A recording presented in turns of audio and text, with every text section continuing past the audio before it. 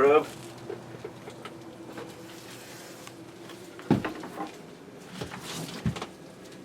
It's sticking down far enough in there, which I'm sure it is. Pretty far.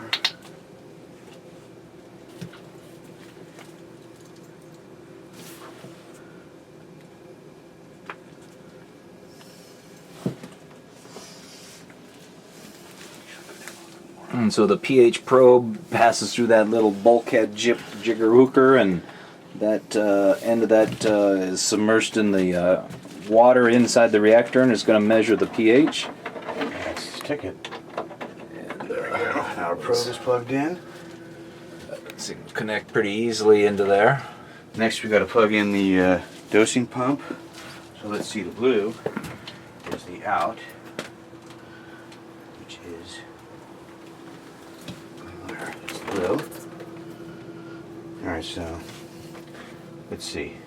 That's right. Blue is the out. That goes into this line here.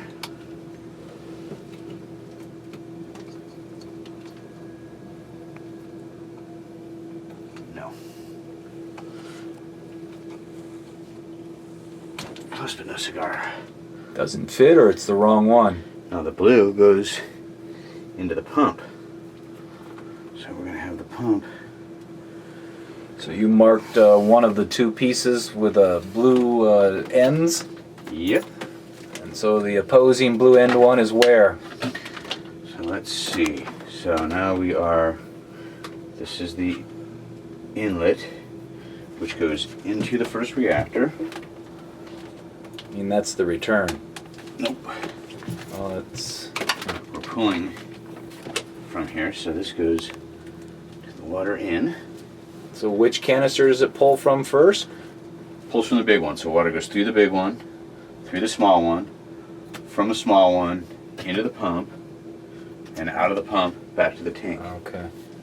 I'm going to need another piece of that tubing. A little piece of tubing. I'll be right back. It's going to be a very big piece. Be right back. Alright, so now I got that. Last piece to do is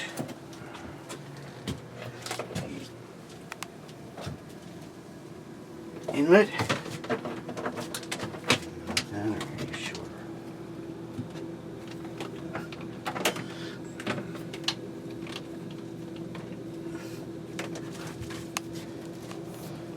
Alright. So we are all plumbed up.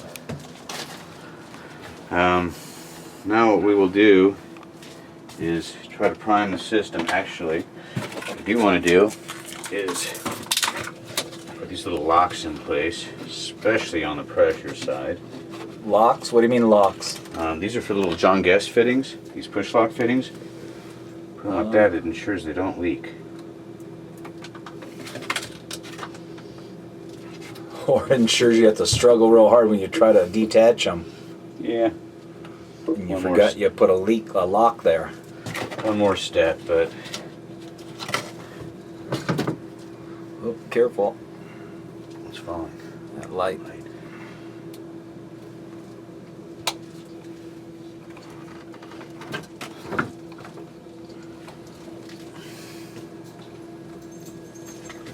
Alright, got more of those inside. In my pocket, that is.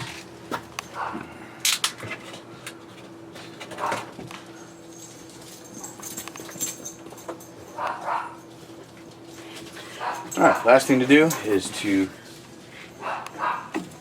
CO2 tank over here. Sure you're ready for that? I'm ready to get it ready. That much is for sure. So how big a CO2 canister is that? It's a 20-pound one. Should last 6 months, in theory. Unless there's a leak somewhere.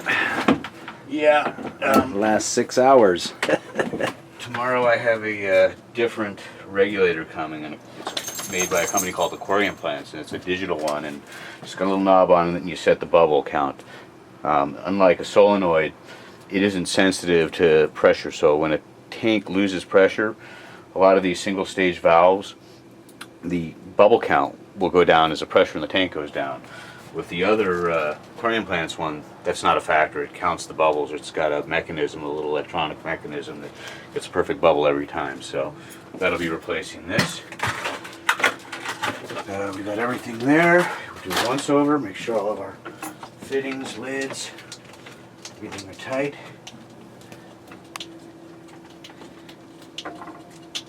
Valves open. Tubing is in tight. Oh, that one was not all the way in. All right, so you're priming the pump, I was trying to do, yeah. but it's not. Hang on.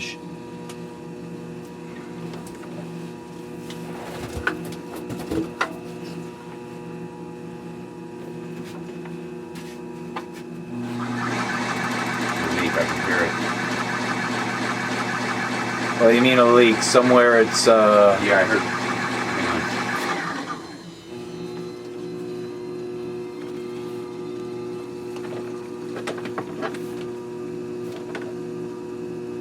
Oh, wait a second. Is it because of the CO2 tank?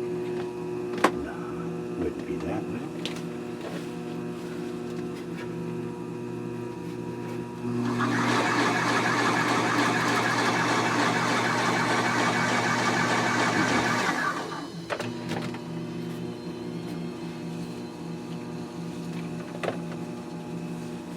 Lid? Yeah, lid.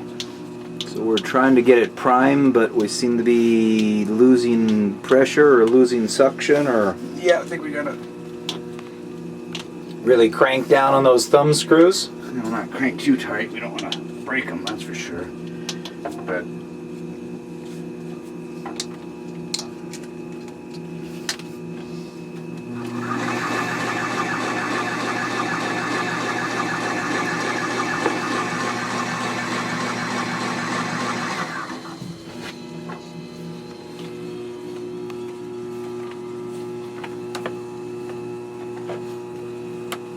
where's it coming? Air leak somewhere, huh? Yep.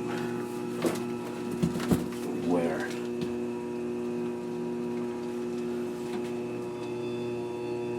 Phone inside the house is ringing.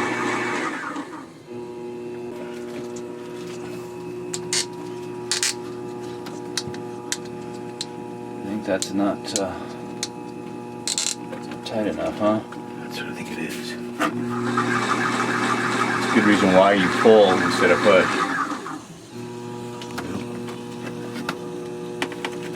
If we were pushing, we'd be seeing where the leak was.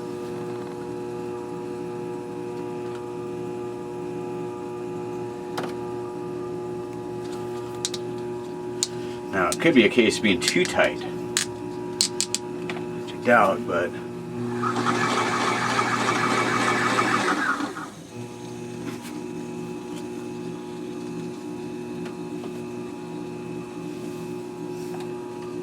Geo's Reef, the fabricator of the world-famous geocalcium reactor line, has released a new dual-chamber reactor. The CR612X2 is designed for hobbyists concerned with low effluent pH.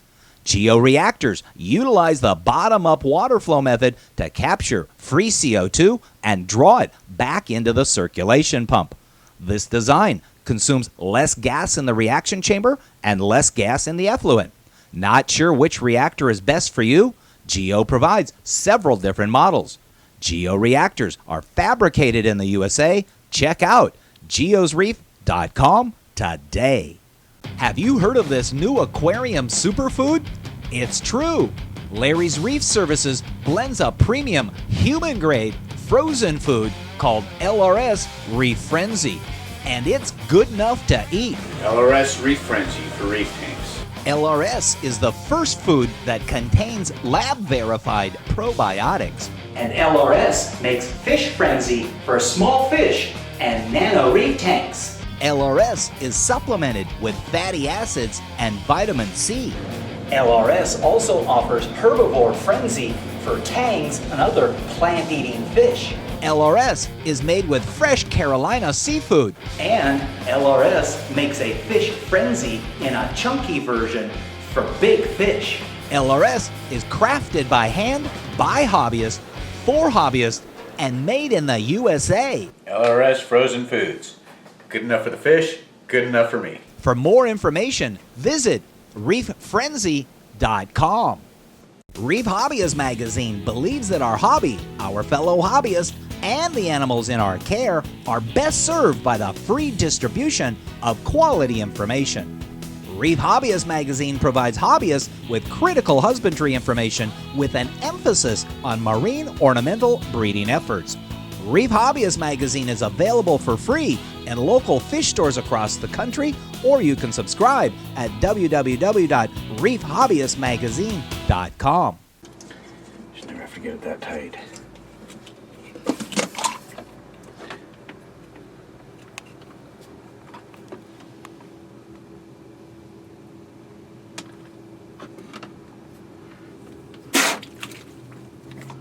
Some calcium down here, maybe.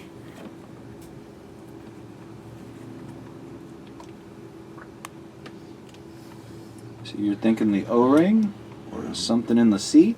Thinking there was something in the seat, maybe. I've got that silicone stuff. So do I, actually. Come to think of it, I may need to use that one, give it one more shot and see what we get.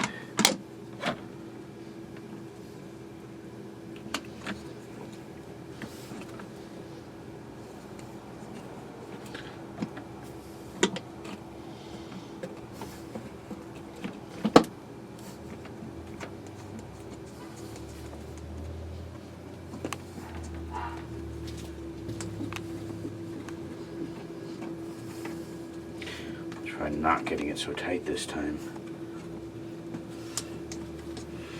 I may use that silicone stuff.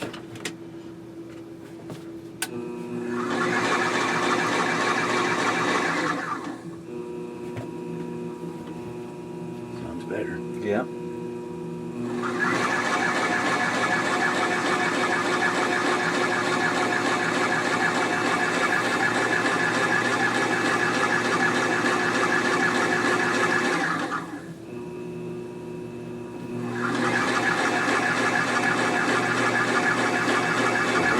Leak free, we should start seeing water coming through the inlet line here soon enough. So you're sure your inlet line is submersed? Yeah.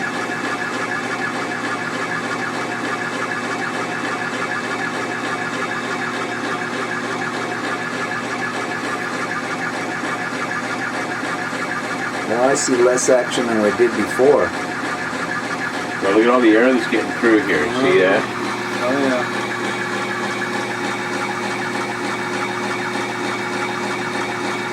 Okay, well that makes sense. Probably got to suck all the air out of that. Plus, the other thing is that I don't have, when I think about it, my CO2 line hooked up, and that solenoid not plugged in. Oh, solenoid is plugged in. So, that allow, don't matter. There's a check valve there, so it'll pull air through the CO2 line. So I need to put that in place too.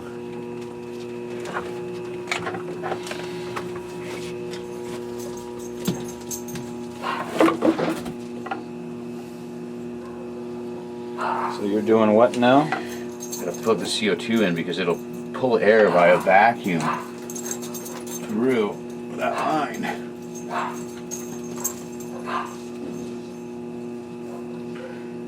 Right.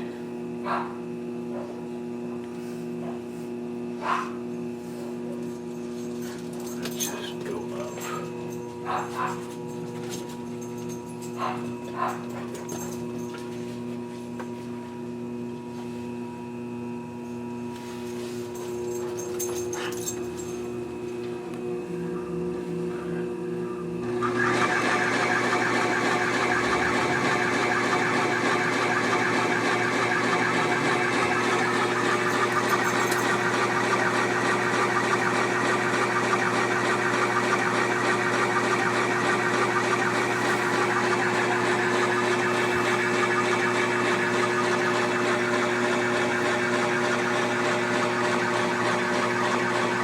Here it comes.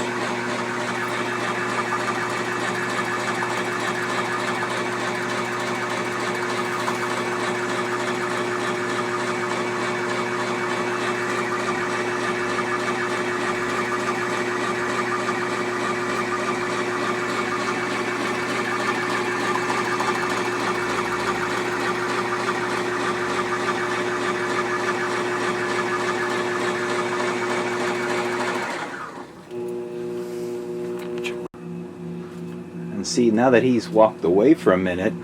Look here. It's got its own little siphon going on. So it's either slowly evacuating the air or sucking water or something, so.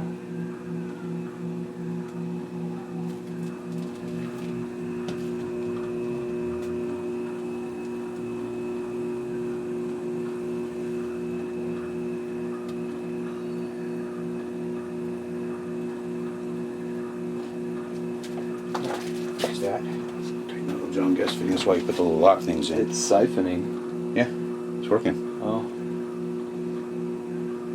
See, that's all full. Oh, yeah.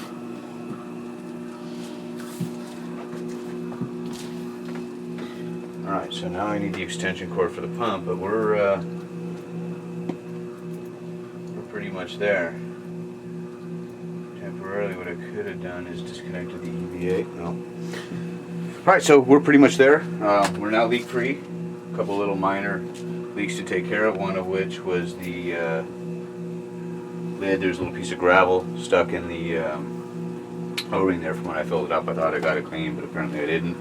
And the other little minor issue was on the inlet side when my John Guest fittings wasn't pushed in enough, so I was sucking a little bit of air through an elbow. But everything is done there, so next step is going to be to find an extension cord for the pump, and then I can set my bubble count here, and we'll be pretty much done for the night. So we'll be right back again. Alright, so we got a extension cord here.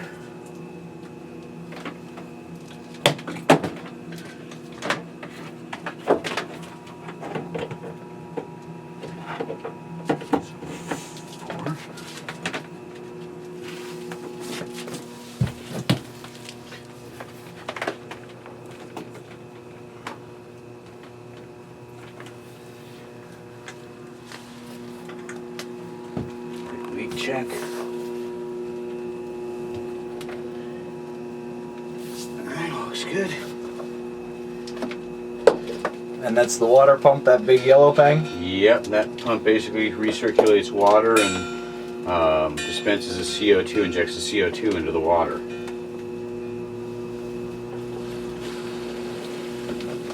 Just cord up off the ground. Nice quiet pump. I only hear water moving, I don't hear the water pump. No, it's pretty quiet. Alright, so now we got that going. One thing I don't like where we got this is the bubble counter, but I can see that. So let's see here.